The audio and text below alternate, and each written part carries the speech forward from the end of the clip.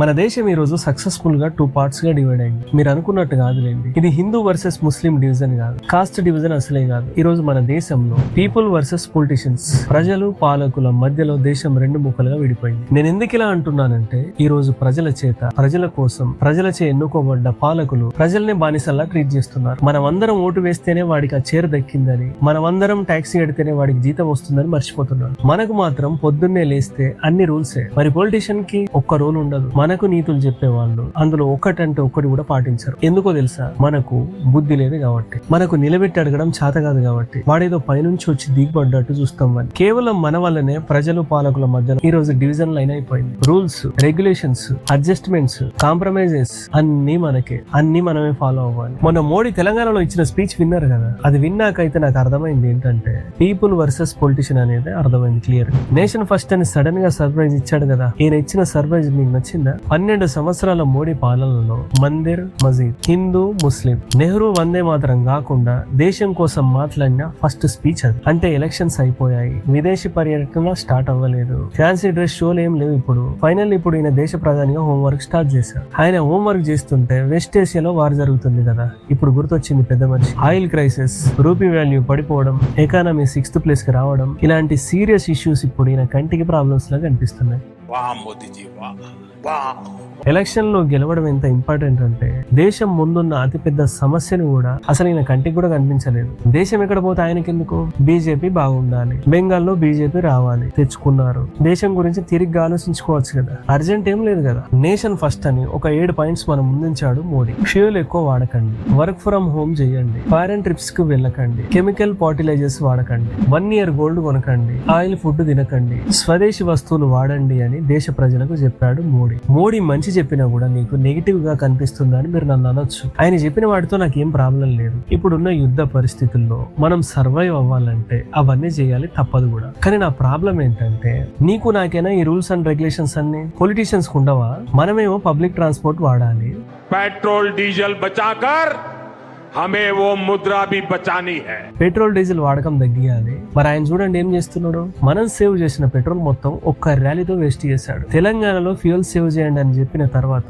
ఎన్ని రోడ్ షోలు చేశాడు తెలుసా? 3 షోలు. పైగా సోమనాథ్ వెళ్లి ఎయిర్ షోలు ఎంజాయ్ చేస్తున్నాడు ఈ పెద్ద మనిషి. మీ రోడ్ షోలకి, ఎయిర్ షోలకు కూడా ఫ్యూయల్ వాడతారు కదా మోడీజీ. మరి అవి వేస్ట్ అనిపించట్లేదా మీకు? మనమేమో పబ్లిక్ ట్రాన్స్పోర్ట్ వాడి ఫ్యూయల్ సేవ్ చేస్తాం. ఈ పొలిటీషియన్లు ఏమో ఒక్కొక్కడికి 20-30 కాన్వాయిలు వేసుకొని తిరుగుతారు. మనమేమో ఈవీలు వాడాలి. రాజకీయ నాయకులు మాత్రం మనం సేవ్ చేసిన ఫ్యూయల్ ని ఒక్క రోడ్ షోతో ఖతం చేయాలి. మోడీజీ, ముందు మీరు ఈ రోడ్ షోలు, హెయిర్ షోలు ఆపండి. తర్వాత మీ లీడర్స్ కూడా చెప్పి ఆపియండి. ఆ తర్వాత దేశానికి చెప్పండి. చెప్పడం మర్చిపోయా, సోషల్ మీడియా మొత్తం ట్రోల్ చేసిన తర్వాత మోడీ కాన్వాయ్ ని 50% కట్ చేశాడు. నెక్స్ట్ వర్క్ ఫ్రమ్ హోమ్ చేయాలంట.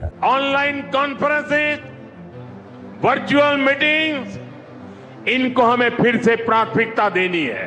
సరే, రేపు అందరం ఆఫీస్ లో బాస్ కి work from home request letter ఇద్దాం. ఏమనంటే మోడీ పేరు చెప్దాం. ఏమంటాడు బాస్? వర్క్ ఫ్రమ్ హోమ్ ఎందుకు, హోమ్ లోనే ఉండు ఖాళీగాని ఇంటికి పంపిస్తాడు. మాకు కాదు మోడీజీ, కార్పొరేట్ ఆఫీసులకు నోటీసులు వాళ్ళకి చెప్పు, మేమేం చేస్తాం మాకు చెప్తే. కార్పొరేట్ కంపెనీలకు చెప్పండి ఈ విషయం. ఒక చిన్న పని కోసం 10 సార్లు తిప్పించుకుని మీ గవర్నమెంట్ వర్కర్స్ కి చెప్పండి. కుదిరితే గవర్నమెంట్ సర్వీస్ అన్ని ఆన్లైన్ చేయండి. మాకు తిరగడం తప్పుద్ది, మీకు ఫ్యూయల్ సేవ్ అవుతుంది. మాతో పాటు మీరు కూడా తిరగడం ఆపేసి ఢిల్లీలో కూర్చొని వర్క్ ఫ్రమ్ హోమ్ స్టార్ట్ చేయండి మీరు కూడా. ఎందుకంటే ఊరికే తిరిగి ఫ్యూయల్ అంతా వేస్ట్ చేస్తున్నారు.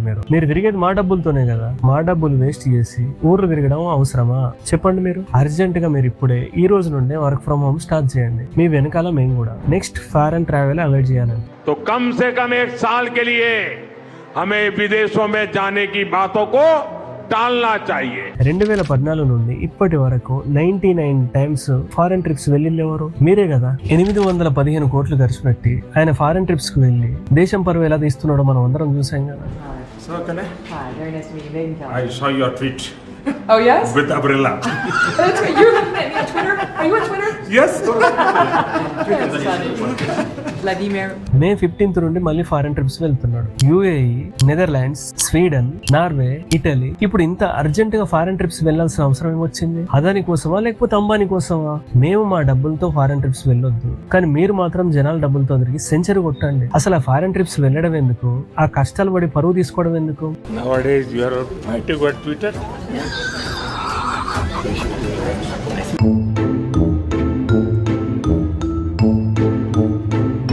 Chemical fertilisers వాడొద్దంట.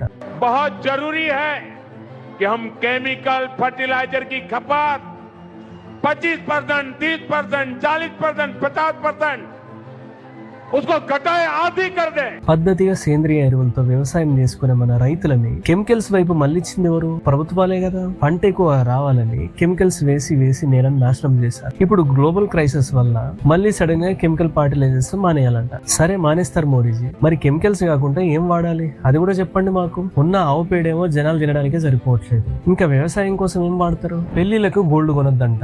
हमको ये तय करना पड़ेगा कि साल भर तक घर में कोई भी फंक्शन हो, कोई भी कार्यक्रम हो, हम सोने के गहने नहीं खरीदेंगे.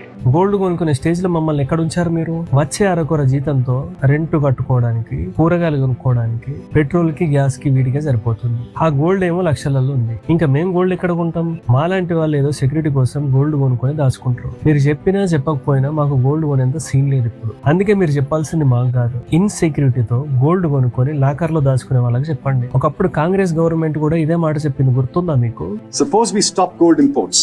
Not stop in the government stopping it. Suppose the people of India don't demand gold and we don't have to import gold for 1 year. Just imagine, for 1 year. The whole situation will so dramatically change. మరి అప్పుడు మీరేమన్నారు మోదీజీ? अब ये दिल्ली की सरकार, माताएं बहनें, आपका मंगल सूत्र छीनने के लिए तैयार बैठी है. ये गरीबी के लिए, महंगाई के लिए ये दिल्ली के नेता कैसी भाषा बोलते हैं. हमारे देश के वित्त मंत्री ने ये कहा कि आर्थिक संकट इसलिए पैदा हुआ है कि लोग सोना खरीदते हैं. बताइए, आपके गले उतरता है भाई? आज देखिए, अभी हमारे देश के वित्त मंत्री ने एक बयान दे दिया. उन्होंने कहा कि रुपये की कीमत के संबंध में मोदी जी सही बात नहीं बता रहे हैं. श्रीमान चिदम्बरम जी, हम तो आपके जितने विद्वान नहीं है. हम तो चाय बेचते बेचते यहां आए हैं. हम गरीब मां की कोख से पैदा हुए हैं. लेकिन चिदम्बरम साहब, आप तो कम से कम देश की जनता को जरा सच बताइए. అర్థమైందా ఇప్పుడు దేశంలో ఆర్థిక పరిస్థితికి గోల్డ్ కొనడానికి సంబంధం ఏముందో? గతంలో కాంగ్రెస్ గవర్నమెంట్ మంగళసూత్రాలు కూడా ఆడవాళ్ళని కొనుక్కోనివ్వట్లేదని ఈ పెద్ద మనిషి చెప్పాడు. ఇప్పుడు ఈ సేమ్ డైలాగ్ కొడుతున్నాడు. నెక్స్ట్ ఆయిల్ ఫుడ్ తినొద్దంట. हर परिवार अगर खाने के तेल में, खाने का तेल का जो उपयोग करता है, अगर वो कुछ कमी करे, मैंने बार बार कहा है 10% कम करो. अगर हम तेल खाना कम करें ना, तो भी वो देशभक्ति का बहुत बड़ा काम है.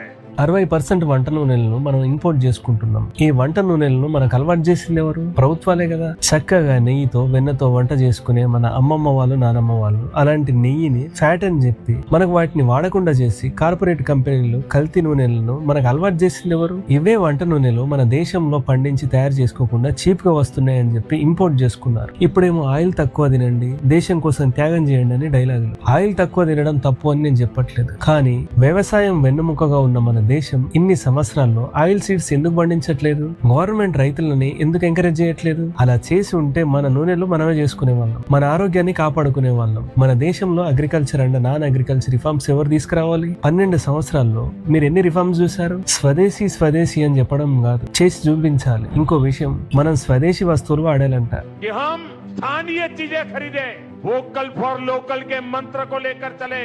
हम मेड इन इंडिया चीजें खरीद कर भी విదేశీ ముద్ర బచా సక్తే హై. ఆయన స్వదేశీ వస్తువులు వాడండి అని చెప్పిన మైక్ కూడా ఒక చైనీస్ కంపెనీ. ఆయన వాడే కార్ ఏంటి తెలుసా?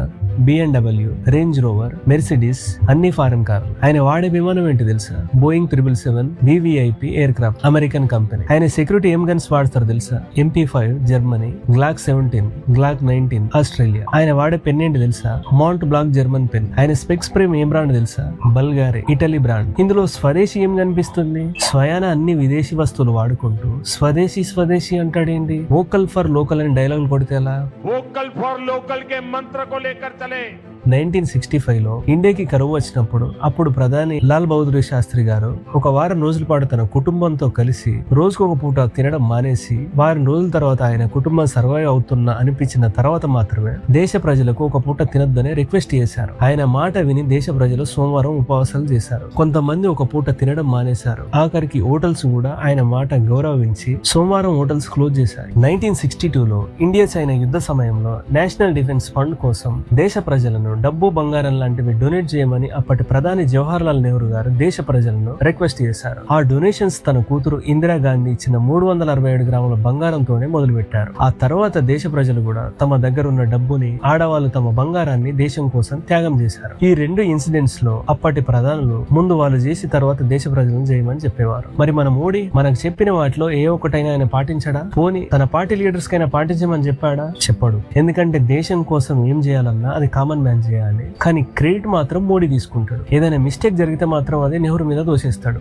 उस समय नेहरू जी लाल किले से देश को संबोधन करते हुए क्या कह रहे हैं? कभी कभी कोरिया में लड़ाई भी हमें प्रभावित करती है.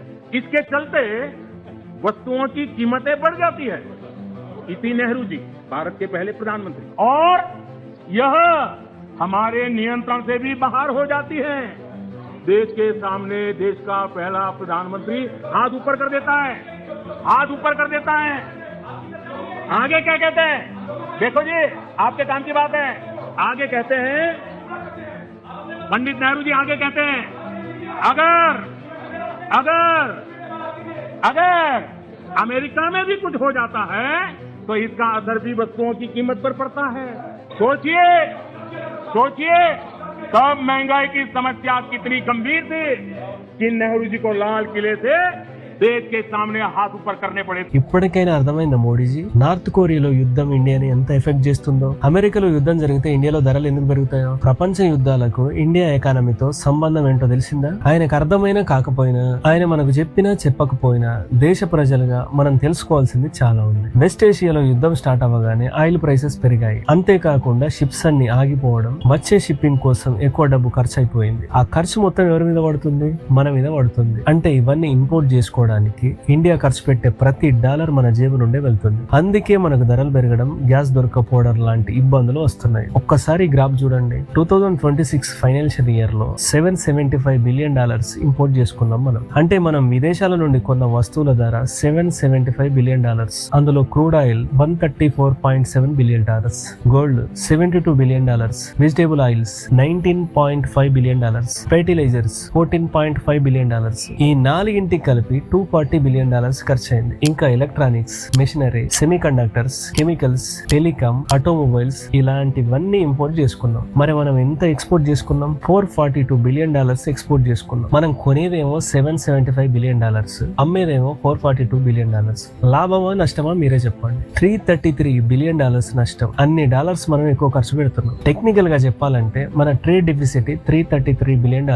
కొనేవి ఎక్కువ, అమ్మేవి తక్కువ ఉంటే ఆటోమేటిక్ గా మన కరెన్సీ పడిపోతుంది. ఈ రోజు డాలర్ 95.6 రూపీస్ ఉంది. మనం ఇలానే కొనుక్కుంటూ పోతే త్వరలోనే సెంచరీకి వస్తుంది. ఇప్పుడు మనం ఏం చేయాలనుకోకండి. ఇప్పుడు సడన్ గా ఏదో చేయాలంటే ఏం చేయలేం. కానీ ఇండియా మాత్రం ఫ్యూచర్ లో ఎక్స్పోర్ట్స్ పెంచుకోవాలి. మరి ఎక్స్పోర్ట్స్ చేయడానికి మన దగ్గర వస్తువులు ఉండాలి కదా. ఏం లేకుండా, ఏం తయారు చేయకుండా ఎలా? అందుకే కదా అమెరికా, జర్మనీ, జపాన్, చైనా లాంటి దేశాలు మ్యానుఫ్యాక్చరింగ్ మీద ఫోకస్ చేశాయి. వాళ్ళేమో ముందుకు వెళ్తున్నారు. 65% యువత ఉన్న ఇండియా మాత్రం మ్యానుఫ్యాక్చరింగ్ వదిలేసి మందిర్ మస్జిద్ అని కొట్టుకుంటూ కూర్చున్నారు. మన యువతకి జెండాలు జై శ్రీరామ్ కాకుండా జాబ్స్ ఇచ్చి ఉంటే మన ఎకానమీ ఇలా ఉండేదా? మీరే చెప్పండి. ఏం తక్కువ అసలు మన దేశానికి? మన దగ్గర యూత్ ఉంది, మన దగ్గర టాలెంట్ ఉంది, కష్టపడే గుణం ఉంది. కానీ మన చేతగాని ప్రభుత్వాలు ఈ రోజు మనల్ని వాడుకోవడంలో సక్సెస్ఫుల్ గా ఫెయిల్ అయ్యాయి. ప్రభుత్వం తలుచుకుంటే సరిగ్గా ఇన్వెస్ట్మెంట్ చేసి యువతకు స్కిల్ నేర్పించుంటే ఈ రోజు మన దేశంలో కూడా electronics, semi conductors, batteries, chips, solar system లాంటివి ఎన్నో తయారు చేసేవి. ప్రపంచాన్ని నడిపిస్తున్న ప్రతి వస్తువు మన దేశంలో తయారు చేయగలిగే కెపాసిటీ మనకుంది. అయినా కూడా ప్రతిదీ పక్క దేశం నుండి అడుక్కునే ముష్టి బతుకుల్లో మనం బతుకుతున్నాం. దీనికి కారణం ఎవరు? ప్రభుత్వం కాదా? 6 నెలల నుండి యుద్ధం జరుగుతూనే ఉంది. దేశం మొత్తం అస్తవ్యస్తం అయిపోయింది. ఒక రోజు గ్యాస్ దొరకదు, ఇంకో రోజు పెట్రోల్ దొరకదు. పరిస్థితులు చేయి దాటిపోతున్నా కూడా ఎలక్షన్స్ కోసం మనతో అబద్ధం చెప్పింది ఎవరు? ద గ్రేట్ మోడీ సర్కార్. ఎలక్షన్ మొత్తం అయిపోయాక, పరిస్థితులు చేయి దాటిపోయాక ఇప్పుడు వచ్చి తీరిగ్గా చెప్తున్నాడు గ్యాస్ వాడొద్దు, గోల్డ్ కొనొద్దు, పెట్రోల్ వాడొద్దు అని. ఈ టైంలో కూడా పర్మనెంట్ సొల్యూషన్ వద్దు మోడీకి. ఏదో యుద్ధం జరుగుతుంది కాబట్టి కొద్ది రోజులు దేశం కోసం ఆలోచిస్తున్నట్టు డ్రామాలు చేస్తాడు. యుద్ధం ఆగిపోగానే మళ్ళా హిందువులు ప్రమాదంలో ఉన్నారు, ధర్మం ప్రమాదంలో ఉందని స్టార్ట్ చేస్తాడు. మీరు రియలైజ్ అవ్వాల్సింది ఏంటంటే దేశం నిజంగానే ప్రమాదంలో ఉంది. మన కరెన్సీ, మన ఎకానమీ, మన ఫారెన్ రిజర్వ్స్ అన్ని ప్రమాదంలోనే ఉన్నాయి. దేశం అనేది మతం మీద, ధర్మం మీద నడవదు. దేశం డెవలప్మెంట్ మీద, ఎకానమీ మీద నడుస్తుంది. మళ్ళీ చెప్తున్నా, దేశం అనేది మతం మీద, ధర్మం మీద నడవదు. దేశం డెవలప్మెంట్ మీద, ఎకానమీ మీద నడుస్తుంది. మరి 12 సంవత్సరాలలో ఎకానమీ కోసం మోడీ ఏం చేశాడు? ఎన్ని ఉద్యోగాలు క్రియేట్ చేశాడు? मेरे नौजवानों, क्या मेरिट के आधार पर नौकरी मिलनी चाहिए नहीं मिलनी चाहिए? आपकी ताकत के हिसाब से आपको काम मिलना चाहिए नहीं मिलना चाहिए? Our aim is to create jobs for more than 1 billion young men.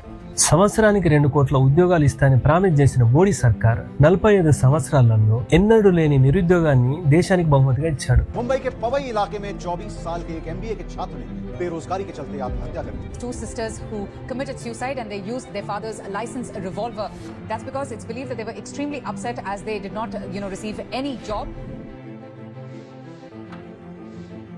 యువతకు ఉద్యోగాలు ఇవ్వడం చేతగాక వాళ్ళని మతమని ముసుగులో ముంచింది బీజేపీ. ప్రపంచంలో దేశాలన్నీ వస్తువులు తయారు చేస్తుంటే ఇండియా ఏం చేస్తుంది? వాళ్ళు తయారు చేసిన వస్తువులను అసెంబుల్ చేస్తుంది. మోడీకి ముందు అదే చేసింది, మోడీ వచ్చాక కూడా అదే చేస్తుంది. మ్యానుఫ్యాక్చరింగ్ చేయాల్సిన యువత మత విద్వేషాలు రెచ్చగొట్టుకుంటూ టైం పాస్ చేస్తున్నారు. ఇంతకంటే చేతగాని ప్రభుత్వం ఇంకెక్కడన్నా ఉంటుందా? బీజేపీకి బేసికల్ గా ఎకనామీ ఎలా ఇంప్రూవ్ చేయాలి, దేశాన్ని ఎలా అభివృద్ధి చేయాలనే ఆలోచన అసలు లేదు. అందుకే మోడీ 12 సంవత్సరాలలో ఒక్కసారి కూడా చదువు, ఉద్యోగం, మ్యానుఫ్యాక్చరింగ్ అనే మాటలు మాట్లాడాడు. జీవితం మొత్తం నెహ్రూ, వందే మాతరం, హిందూ ముస్లిం తప్ప దేశం కోసం ఏం చేశాడు అసలు? మీరేమో రెచ్చిపోయి మా మోడీ రాముడు, మా మోడీ కృష్ణుడు అని మోడీ జపం చేస్తున్నారు. దేశాన్ని సంక నాకిచ్చిన ప్రైమ్ మినిస్టర్ మోడీ. మీరు ఇలాగే మోడీ భజన చేసుకుంటూ కూర్చోండి. ఈ రోజు ఆయిల్ తక్కువ తినండి అని చెప్పిన మోడీ రేపు వచ్చి అడుక్క తినండి అని కూడా చెప్తాడు. చిప్ప చేతిలో పట్టుకొని మోడీ మోడీ మోడీ అని అడుక్కుంటూ బతకండి.